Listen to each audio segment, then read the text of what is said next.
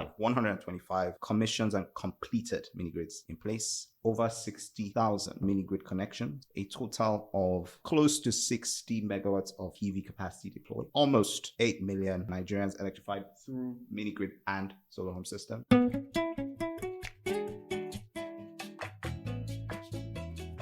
Hello, good day, and welcome to another episode of Connecting the Dots, where we explore options to improve the power sector in Africa. Today, I have the pleasure of having a conversation around financing options for mini-grid development in Africa. Today, I have the pleasure of having the Chief Executive Officer for Africa Mini-Grid Development Association, Olamide Niyi-Afuye. Olamide, welcome to the program. Thank you very much. You've had a really interesting career. So could you just give our audience a perspective of your journey so far in the sector before we get into the actual conversation? Well, thanks so much for the warm welcome. Again, my name is Olamide Niyi-Afuye. I joined AMDA as the Chief Executive Officer in August of 2023. Prior to that, I worked in hydropower. I worked with an organization called Mainstream Energy Solutions Limited, concessionaires of Kainji, Jeba, and now Zungeru hydropower plants. I worked there in capacity as strategic advisor to the Chief Executive, and my role was in putting together all the acquisitions as a project manager, working directly with the CEO to help him deliver his vision for the organization. Prior to that, again, I evolved from the financial markets. I worked at an organization called FMDQ, and my role there was primarily initially regulation. So building all the rules that were to guide the admission, trading, and listing of bonds, commercial papers, and other financial instruments in the Nigerian capital markets. After that, I did some business intelligence, business development work, still at FMDQ, before moving on to Mainstream. But my primary foundation was actually as a lawyer. I trained as a lawyer in the United Kingdom. I had a master's degree in law. I practiced for a short while in both the UK and Nigeria before I've had this sort of journeyman, jack of all trades career so far. Wow, that's really interesting. So from practicing law in the UK to going to very remote communities to get them power, how has that transition worked out for you? Well, I mean, I started my career kind of knowing that I probably wouldn't be an excellent lawyer, and I wanted to do something excellently well. And so I just used all the foundational learnings that I picked up from my career, from my study, and then my initial career as a lawyer. And I've just always had an adventurous mind. And so to the extent possible, I stretch myself beyond what, I guess maybe people would think one is capable of. And so for me, this is all a very great adventure and the opportunity to serve the African continent, and ensuring that we provide power to the least served or underserved communities is a big passion and is one that I'm just enjoying, quite frankly. So, yeah. Interesting. You mentioned serving to the African continent. 50% of the population still don't have access to power, right? So are mini grids really going to revolutionize that space, given all the different issues that we have on the grid? The simple answer is yes. However, mini grids require economies of scale for them to really prove the sustainability of the infrastructure. What we find, if I look at, broadly speaking, across Africa, where AMDA sort of sits, we've identified that for the mini grid sector to thrive and for electrification to be achieved, widespread electrification to be achieved, we need to put everything in the context of what are the types of solutions that will serve the people at any given time. So this is not grid versus off-grid or grid versus mini-grid or grid versus solar home systems. This is, let's put everything into the context of what is required at any given time. What is the purchasing power of people? What is the solution that they can afford at any given time? So to answer your question very simply, mini-grids are a fundamental part of any electrification of any country in Africa. Interesting. Apologies to the audience, but we probably need to walk it back a little bit. What a mini grid is. So maybe let's start with that. And that's a brilliant question. A mini grid is, largely speaking, a decentralized utility. So today, if we compare it to what the grid does, the grid is a combination of all the transmission networks that cover a country. A mini grid is able to achieve large-scale electrification in a containerized fashion. So just to paint a picture, imagine a container that has some batteries, that has some inverters, that has solar panels, and it's connected through some distribution lines to poles that take power to individual homes in a community. So imagine a very heavy duty generator that can power at least a large scale, rather than just having an estate. If you imagine it from the Nigerian perspective, where one generator is powering just an estate, mini grid can achieve renewable generation across multiple estates or multiple areas in one community. Interesting. So I know on the grid, the mini grid regulation was launched in 2016. Correct. And this was done by the Nigerian Electricity Regulatory Commission. Next, they supported that work back in the day. And there were a few limitations with that policy. A few weeks ago, some changes have happened. Could you talk us through what has happened, and does that better position investment in the off-grid? So key improvements, I should say, to the mini grid regulations are as follows. I think firstly, it would be good to acknowledge the work that was done, the pioneering work of the mini grid regulation in 2016. I think if I'm correct, Nigeria has probably one of the first fewer countries that has had a review of its mini grid regulations. So basically responding to the needs of the market today. Some of those improvements, I would say, is incorporating the concept of portfolio application. What that means is, rather than filing a single application for a mini grid for a particular community, you can do your business plan and file application for multiple mini grids in multiple areas. One more thing is also embracing the concept of the interconnected mini grid. Interconnected mini grids are a little bit of hybrid because they are linked with the grid infrastructure, but they are helping the grid extend its network and close or reduce its aggregate technical, commercial, and collection losses by basically using this decentralized infrastructure to extend the grid. So that has been fully embraced, and we're starting to see organizations some of whom are members of AMDA, developing these assets. That's really interesting, because if you now make these improvements, potentially investments should increase in the mini grid space. There's this conversation around mini grids are just a subsidy-based scheme with all this funding from all these development agencies. Once these funding dry up, will these mini grid developers be able to properly run a mini grid with the tariff that's being paid? Are people actually paying? Or are they just hoping to have subsidies from government to make that work? This is one of the most fundamental questions of the mini grid, if you like, ecosystem. One thing I think we should make clear is that electrification, some form of subsidy, generally speaking. And so whether it's being done by the government or whether it's being done by private sector, there's some form of subsidy that is required for it to be sustainable over a long period of time. So I was recently, a couple of days ago, I was at an event organized by the REA and bringing together state governments and distribution companies and developers. And one thing that the Minister of Power actually made very clear was that it would be very difficult to yank off the subsidy completely today because of how the current economic situation of the country. So what I got from that statement was that if the grid requires subsidy, so how much more?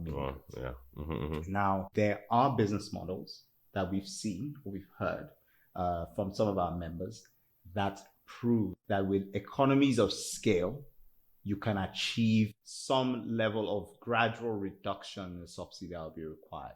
But let it be very clear that there has to be a form of subsidy. Now the question is who pays or how is it done? I think that's where the mechanics is. And I think what maybe we should be looking towards long term is how to gradually use some of these concessional funds that are being provided or supported by the development finance institutions to gradually build the market and then figure out a way of the market itself cross-subsidizing itself. All right, so it's interesting that you mentioned that some part of the power sector subsidized in some way, shape, or form. Why that's interesting is in the US, right? What's actually subsidized is not consumption. It's the large power users.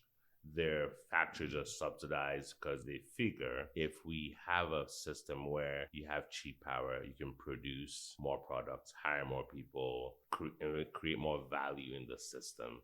So here, I think we just have to, like you said, find a mechanism to make that work. Yes. And it's quite tricky to do that because the subsidies on the grid have been atrocious. And it's not... Maybe the grid monitoring and the grid governance hasn't been where it should be. So a number of things that could have been prevented haven't been prevented. So you have a scenario where the delta every month right now, and I believe is about 100 plus billion on a monthly basis.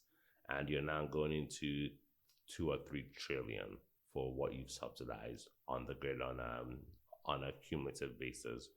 So that's probably the fear when it comes to subsidies for mini grids. Yeah. Will it continue if NEP is ending and DARES is coming up? Yes.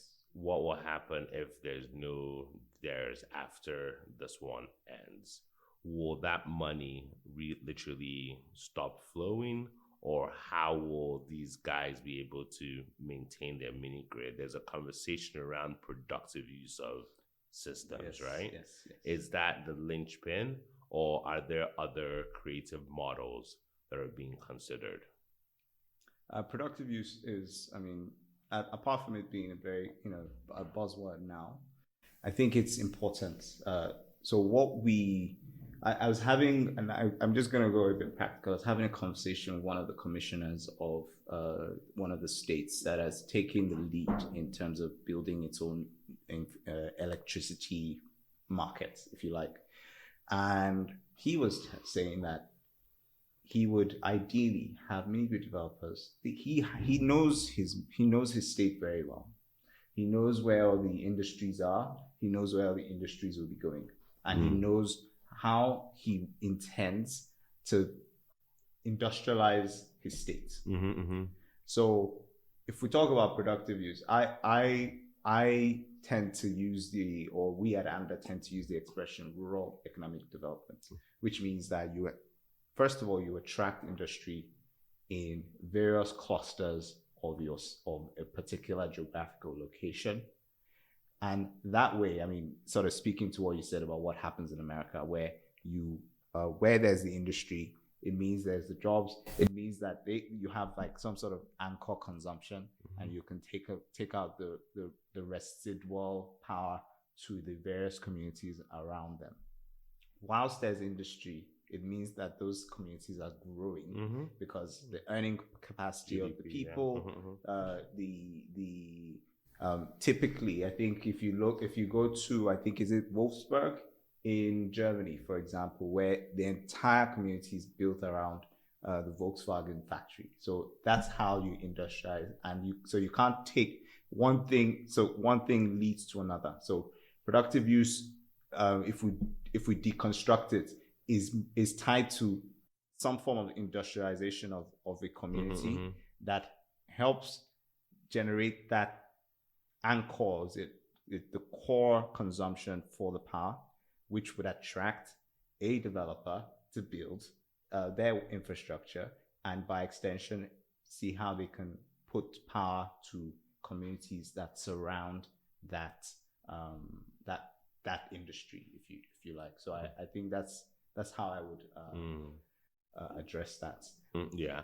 And I think that's where a number of states have gotten it wrong historically, because they'll all have rural electrification agencies of some form of that organization, and they focused on grid expansion, which doesn't quite make sense, because if the charges or the losses that each disco is getting from giving power to remote areas, they're not going to send power there. It doesn't make sense. So why don't you spend that money and build mini grids, and you're able to move that forward? Excellent question. I would first address the point you made about, what states can do better. So I did mention the concept of interconnected mini grids. What we find now is that, and if we speak purely from the Nigerian context, what we find now is that some discos are now realizing exactly what you just said. That there's some areas that literally mini grids or other off-grid solutions are the most cost-effective solutions. So rather than expending capital, expanding the grid to those areas, why not sort of either create, what they call the franchise areas, or hand it over to a mini grid developer to supply power to those communities, whilst you focus on fortifying your existing network. So I say today, if we were joking, my town doesn't have lights and you're just hearing generators. My town is probably, in terms of real estate in Nigeria, is probably one of the top, if you like, per square meter, the wealthiest parts of the country. And so if my town doesn't have the lights, do you know how much is being lost every single day? So if a distribution company was thinking more strategically, they would look at fortifying the network in those areas that are already viable in themselves, and sort of partnering with the developers, creating frameworks, innovative ways of ensuring that those other areas are also not left behind, the underserved and the rural and peri-urban communities. Then to speak to how do you get into the business? Like any other business, you have to do your research. You have to do studies. You have to, if I could put a shameless plug, reach out to associations like African Mini Grid Developers Association or Renewable Energy Association of Nigeria, one of our partners, to close your knowledge gap. We can introduce you to people that you can start with. We can introduce you to the various stakeholders. We can do a clear mapping, and that's one of the things that AMDA is looking to do. So as best as possible, closing out any gap, so that the people who are already doing the business for years and the people who are just coming into the business have access to similar or the same level of information as anyone would. So I think just do your research, figure out who the key stakeholders are, reach out to organizations like AMDA, and we'll help you close the gap. Thanks. Interesting. So now we're going back to this hypothetical and that kind of mini grid developer. Yeah. What does it take to join AMDA? Let me just keep your plug going. That's a good question. So to be a member of AMDA, you have to be involved in the ecosystem of mini grid developers. So we initially limited our membership to just mini grid developers, but now we're expanding it to include investors, equipment manufacturers, players that are enhancing the development of mini grids across Africa. So for a mini grid developer, you would have clear voting rights in terms of our membership, and you would also be required to have, at the very least, a site in process. So what we have is we currently have for the mini grid developers, we have the provisional membership for the guys who are in process of getting their licenses and building their sites. And for the ones who already have existing infrastructure, you must have at least one fully operational. Okay. So that's it for the mini grid side. And then for the other members, all you need to do is just have some interest or a partnership arrangement within the ecosystem of the mini grid. Interesting. So we've had a really good conversation around the impact of mini grids and how they've changed the power sector. But from your point of view, given your newness in the role, what you've learned how would you rate the impact as far as giving Nigerians power over the last 2016 to date, about 8 years since the regulation has been around? Do you have a rough number on what connections look like?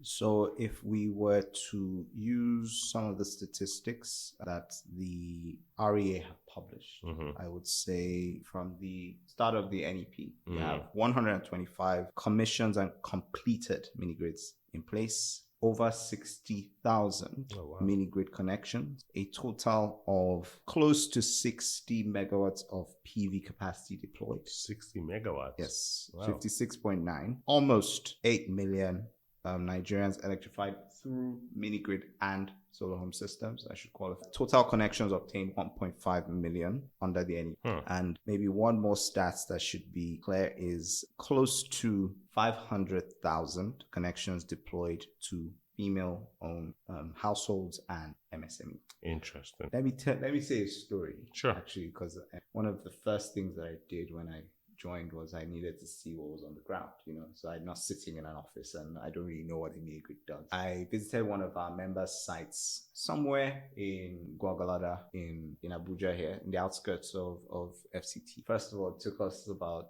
an hour and a half to get there because of very horrible roads. So I got to see firsthand how difficult it is to deploy some of these equipments to some of the most remote parts of even Abuja, that is a city. I use the expression that there is life beyond the grid, but in some cases, there's no light beyond the grid. So I saw where the grid ended. Literally, I saw there was no grid infrastructure. And the one thing that actually caught me was this lady. She's from the east of Nigeria. She's living, selling fish in the north of Nigeria. She's basically the major fish provision store in that community, and she has lived there for 8 years until the NEP came and a mini grid developer deployed an infrastructure to that community. They had not seen light. Oh wow. And I asked her, what are you doing here? Why did you leave your village? She said, opportunity. This was the only option she had. Probably she moved to Abuja, there was nothing for her, and she moved further down. So she said the only thing she needs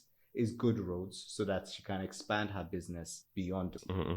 Same with a corn miller that I met who said the only thing he needed was a bridge to go across to the other side or to the other community, because he was basically running a monopoly within his community, but during the dry season, he's able to sell his ground corn to the next community. But when it rains, it's unbearable. They can't. So there's a whole river. Oh wow. That is basically has been created between this community. I think it's called Kaida Soho and the next. So in terms of impact of real people, I've seen that happen. I was in a village in Kenya, in the west of Kenya, called Busia, close to the border with Uganda. Same thing. The lady had literally, the first time she ever saw light was through a mini grid. So when we went, just on a lighter note, she literally, because one of our members was the first person, she named her daughter after the guy, and she put out this whole buffet for us, just to appreciate him.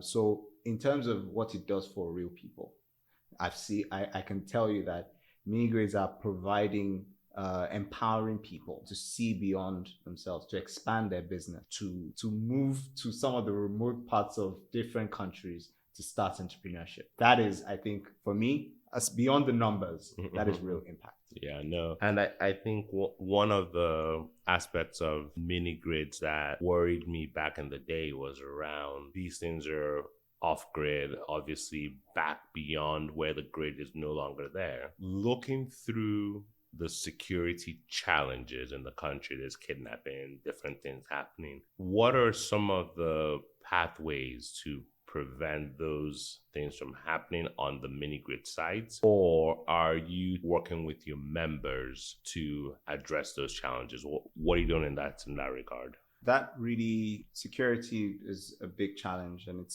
really doesn't sit within the primary mandate of AMDA, but to the extent that we're serving developers and we are supporting them to be sustainable businesses, whatever we can do in terms of speaking to the authorities, we would. I know for a fact that many developers consider security as a factor before they build sites.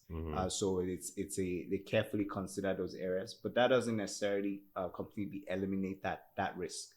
So the truth is, we would implore the government to take more action in terms of ensuring that these areas that are being developed are not being completely destroyed because of insecurity. One thing that I've learned in my short career in the energy sector is that where you give the community a sense of ownership, a sense of belonging, a sense that they are part of this, one way or another, they tend to protect those infrastructure, guard it jealously.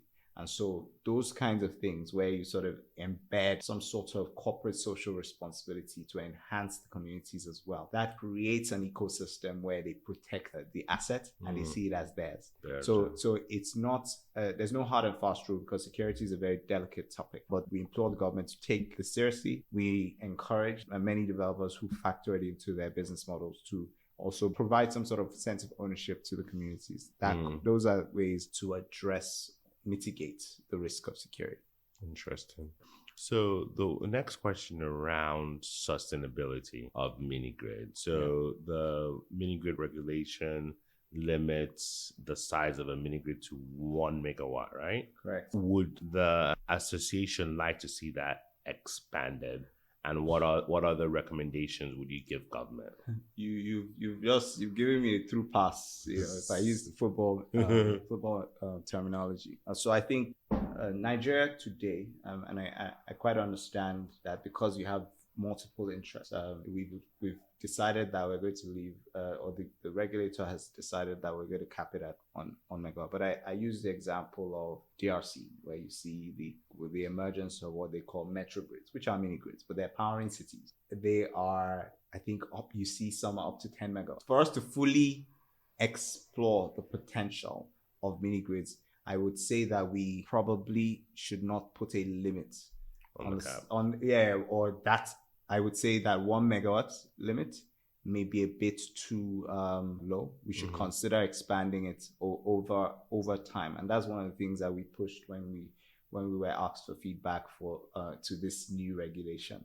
That we should consider increasing it to possibly about 5 megawatts, because what mini grid development in Africa struggles with is economies of scale, and for us to achieve economies of scale, mini grid developers need to be able to procure multiple equipment to cover to cover extensive clusters or communities. And so if they can benefit from economies of scale, you will see more sustainable, if I may dare say, profitable sites. I've spoken to a couple of our developers, Husk Power, who've expressed that at site level, they're starting to see some level of profitability because of economies of scale. I spoke to organizations like Haven Hill, who've also been able to achieve some level of site level profitability if you may, I think we should consider not limiting the scope of what mini grids could do. Interesting. So let me get you out of here with this last question. As far as showing people the money, right? If Emeka, the entrepreneur who's getting into the space, wants to raise financing, what are some of the pathways to get that done? Can I walk into a UBA, a Zenith, GTV access to raise money? Or are there funds that are already set up that are commercially focused? Yes. Excellent. You have, for example, in addition to, obviously, we spoke about the grants, we have a lot of organizations that are looking closely at mini grids as infrastructure and funding them accordingly. So if I may name some of the funds that are available, the Chapel Hill Denham Nigeria Infrastructure Debt Fund, which one of our developers, Haven Hill, was able to raise about 4.6 million, I believe, from that fund. We have Coronation. I believe Coronation is launching their fund pretty soon. We have organizations like even the Bank of Industry that are funding at single digits. Oh, And interesting. and if I may add, there's some credit guarantee organizations like the InfoCredits of this world that are Mm-hmm. supporting the credit enhancement, providing credit enhancements to ensure that organizations like mini grid developers can get the benefit of AAA rated debt instruments, which would provide them with the credit worthiness and perhaps they can raise money for a very long term. It's one organization I recently just spoke with ACOB, Mm-hmm. lighting company that was able to raise about close to $1.6 million using a facility that is credit wrapped facility that is provided by InfraCredit and partly funded by the UK's FCDO, the Foreign Commonwealth Development Office, I believe. Interesting. So we're seeing also organizations like Husk Power who are able to raise 100 million last year, 46 million of which would be equity. And then Nuru, I believe, also one of our members that is largely based in DRC, has also raised some funding. So we're starting to see more big tickets deals. So the bane of the existence of most developers is access to capital, and we are, and that was one of the reasons why I said if we bring it back to, if you like, looking at the size, many investors look at these as smaller tickets. However, if we have developers that are building business plans for megawatt scale, they will be raising money for megawatt, sort of competing in terms of capital raising with the IPP space. And so that is one of the reasons why we say, why can't we have mini-grid cap increase to 5 megawatts? Yeah. But I mean, to be fair to the regulator, they've also encouraged portfolio.